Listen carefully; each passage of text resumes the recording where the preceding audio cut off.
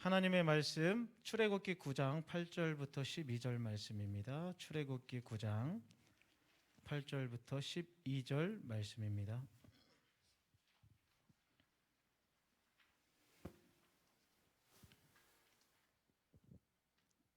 우리 한 목소리로 같이 읽을까요? 시작.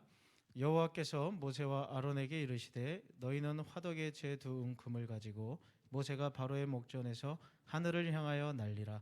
그 재가 애굽 온 땅에 티끌이 되어 애굽 온 땅의 사람과 짐승에게 붙어서 악성 종기가 생기리라. 그들이 화덕의 재를 가지고 바로 앞에 서서 모세가 하늘을 향하여 날리니 사람과 짐승에게 붙어 악성 종기가 생기고 요술사들도 악성 종기로 말미암아 모세 앞에 서지 못하니 악성 종기가 요술사들로부터 애굽 모든 사람에게 생겼음이라.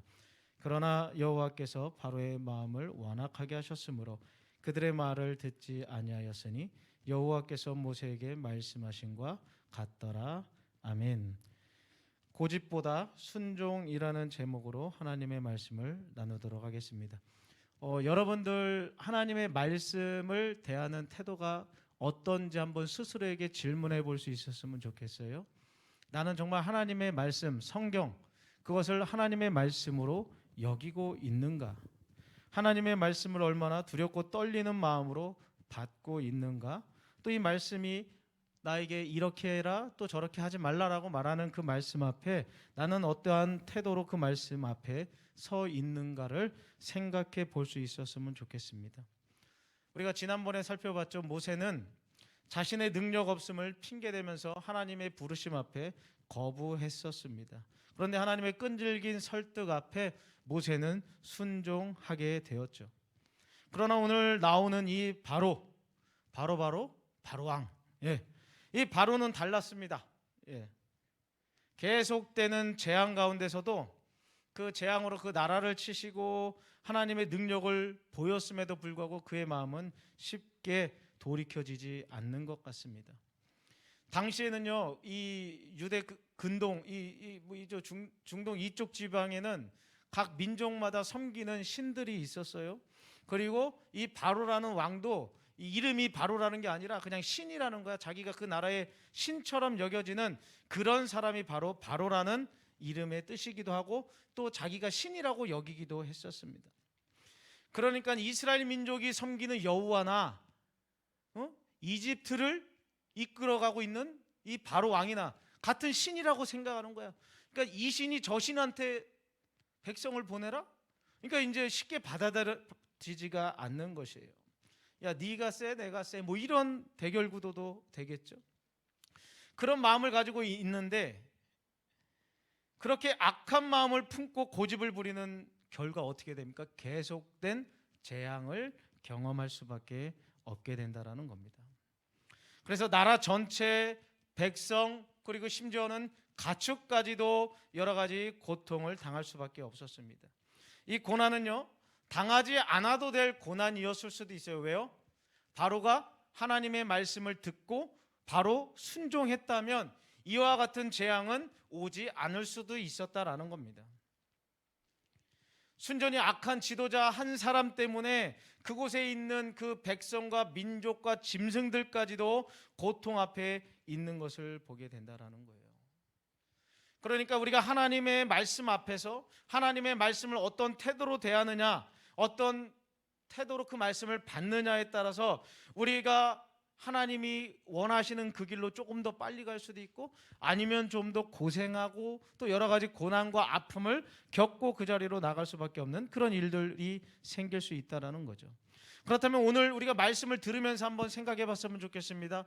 내가 하나님의 말씀, 그 말씀을 거절하고 또한 그 말씀에 순종하지 않으려고 하는 나의 고집이 무엇인지 한번 생각하면서 말씀을 들었으면 좋겠어요.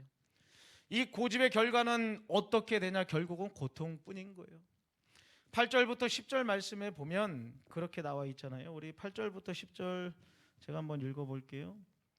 여호와께서 모세와 아론에게 이르시되 너희는 화덕에 제 두 움큼을 가지고 모세가 바로의 목전에서 하늘을 향하여 날리라. 그 재가 애굽 온 땅에 티끌이 되어 애굽 온 땅의 사람과 짐승에게 붙어서 악성 종기가 생기리라. 그들이 화덕의 죄를 가지고 바로 앞에 서서 모세가 하늘을 향하여 날리니 사람과 짐승에게부터 악성 종기가 생기고, 그러니까 먼지 같은 거를 딱 날렸더니 그게 이제 악성 종기가 된 거예요. 그러니까는 당하지 않을 고통, 그러니까 고집의 결과는 고통이에요. 불순종의 결과는 하나님의 심판인 것처럼, 불순종의 결과는 우리 인간이 너무나도 괴로워진 것처럼, 하나님의 말씀 선악을 알게 하는 나무의 열매를 먹지 말라고 하는 그 말씀에 불순종했을 때 죄가 들어왔잖아요. 이 죄로 인하여 우리 인간 세계와 또 하나님이 만든 모든 피조 세계가 어긋나는 결과를 얻었잖아요. 그래서 우리는 고통하고, 여러분들은 그렇게 공부를 열심히 해야 뭔가를 얻을 수가 있고, 예전에는 하나님이 다 그냥 누리라고 주셨는데 이제는 무언가를 땀 흘리고 열심을 내야만 얻을 수 있는 세상이 되었다라는 거예요. 즉 불순종과 이 고집의 결과는 고통뿐이라는 겁니다. 바로는 이 고집을 꺾지 않았기 때문에 그 땅에 있는 사람과 짐승에게까지 이러한 어려운 문제 앞에 서게 됐다라는 것입니다. 사랑하는 고등부 친구들, 하나님이 우리에게 어떤 말씀을 하시는지 우리는 잘 모를 수가 있어요. 그런데 그래도 우리에게 좋은 도구가 있잖아. 큐티라는, 새벽나라라는 그 책을 통해서 하루에 한 번쯤은 하나님의 말씀과 그 말씀에 귀 기울일 수도 있고, 또 거기서 더 쉽게 하나님의 말씀을 설명도 해주잖아. 근데 그 말씀 앞에서 나는 어떤 태도로 하고 있는지, 여전히 하나님은 말씀하세요, 나는 하나님과 상관없이 살아갈 겁니다 라고 하고 있는 태도가 있지는 않습니까? 그렇게 하면 여러분들의 삶은 매우 고단할 수밖에 없어요. 물론 말씀을 순종해도 고단한 삶이 있을 수는 있겠지만, 근데 그렇게 살아갈 때랑 불순종해서 당하는 고난은 그 차이가 너무나도 커요. 말씀에 순종하면서 당하는 고난은 신기하게도 기쁨이 와요. 순종하고 나아가는 그 걸음에는 어려운 일이 와도 신기하게 기쁨이 와. 하나님이 나에게 더 큰 힘과 믿음을 더하여 주는 것을 느낄 수가 있어요. 근데 하나님의 말씀을 거역하고 내 고집과 아집대로 살아갈 때 당하는 고통, 너무나도 쓰라린 겁니다. 사랑하는 우리 모든 고등부 친구들, 하나님의 말씀 앞에서 나의 고집을 버릴 수 있는 지혜로운 우리 고등부 다 되기를 바랍니다. 또한 오늘 말씀해 보니까 다른 것을 의지할수록 고통이 올 수 있음을 알려주고 있습니다. 11절입니다. 요술사들도 악성 종기로 말미암아 모세 앞에 서지 못하니 악성 종기가 요술사들로부터 애굽 모든 사람에게 생겼음이라. 왜 이런 말을 써놨을까? 이 앞에 재앙들에서는 이 요술사들이 흉내내고 따라했어요. 그러니까 이 바로왕은 어떤 마음이 들었을 거야? 아, 너네 하나님이나 우리 요술사나 그냥 그거나 이거나 그냥 같네. 그러니까 지금 바로가 지금 상황에서도 우리 요술사도 할 수 있지 뭐, 이 정도는 뭐, 이런 생각, 다른 것 바라보고 다른 것 의지하는 순간 이러한 고통을 당할 수밖에 없다라는 것입니다. 여러분 혹시 여러분들에게 있는 것, 그것, 하나님보다 더 의지하고 있는 그것, 하나님 앞에 나가는 것을 가로막고 있는 그것이 무엇인지, 하나님의 말씀 앞에 순종하지 못하게 여러분들을 막고 있는 그것이 무엇인지 오늘 생각날 수 있는 은혜가 있기를 주님의 이름으로 축복을 합니다. 그것을 버려야 돼요. 내가 의지할 수 있는 것, 하나님 말씀보다 더 의지하는 것, 미안한 얘기지만 부모님이라도 버려야 돼. 부모님을 진짜 버리라는 얘기가 아니라 하나님의 말씀보다 그거 하나님 앞에 나가는 거, 방해되는 거 내려놓으라는 얘기예요. 그것보다 하나님이어야 돼. 그러지 않으면 여러분들의 인생은 정말 고단한 인생이 될 수밖에 없습니다. 마지막으로 12절 한번 볼까요? 12절입니다. 그러나 여호와께서 바로의 마음을 완악하게 하셨으므로 그들의 말을 듣지 아니하였으니 여호와께서 모세에게 말씀하신 것과 같더라. 아멘. 이 말씀을 잘못 보면 어떻게 해요? 여호와께서 바로의 마음을 강팍하게 하셨다? 하나님이 그러면 바로의 마음을 조종해가지고 순종도 안 하게 하고 마음을 완악하게 해가지고 그 말씀 안 듣게 하셨잖아요. 하나님이 그래놓고서 왜 하나님이 고통 주고 벌 주세요? 뭐 이렇게 이해할 수 있을 법한 말씀이죠. 그런데 이 말씀에 보면 사람의 마음을 하나님께서 그 마음을 조정하시거나 순종하지 못하게 막는 그런 말씀이 아니에요.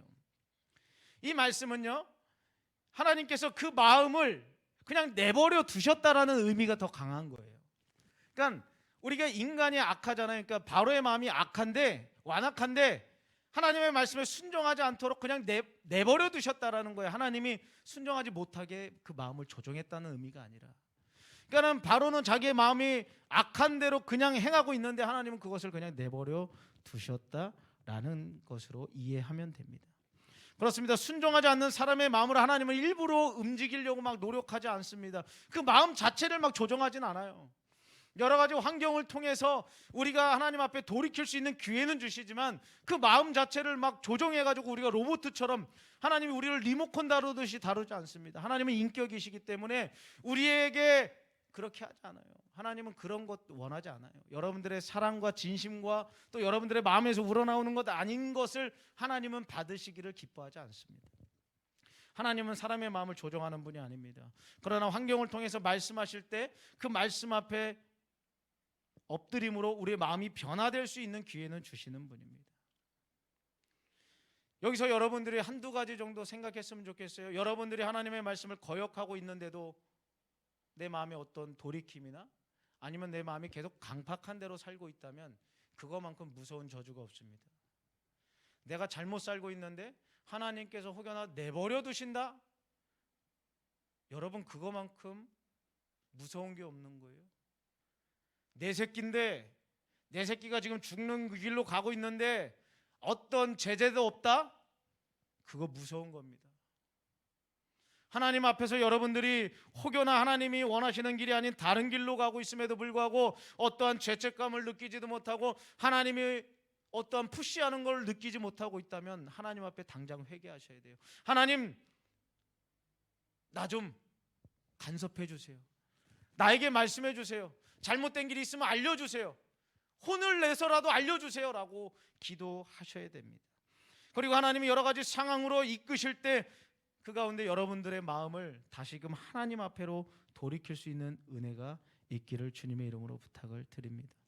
오늘 바로 한 사람 때문에 많은 사람이 고통 가운데 빠지는 것을 보게 됩니다.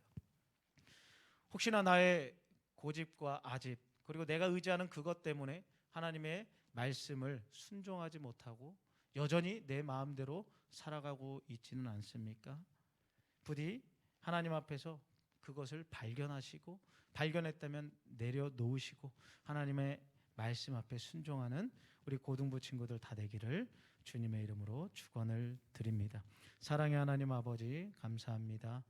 오늘 말씀 주셨습니다. 이게 나에게 주시는 말씀으로 믿어지게 도와주시고 그 말씀대로 순종하고자 하는 결단이 있게 하여 주옵소서. 그래야 우리의 삶의 한 걸음 한 걸음 전능하신 하나님만 바라보며 주님을 의지하며 주님 원하시는 그곳으로 달려가는 우리 모든 고등부 친구들 다 되게 도와주옵소서.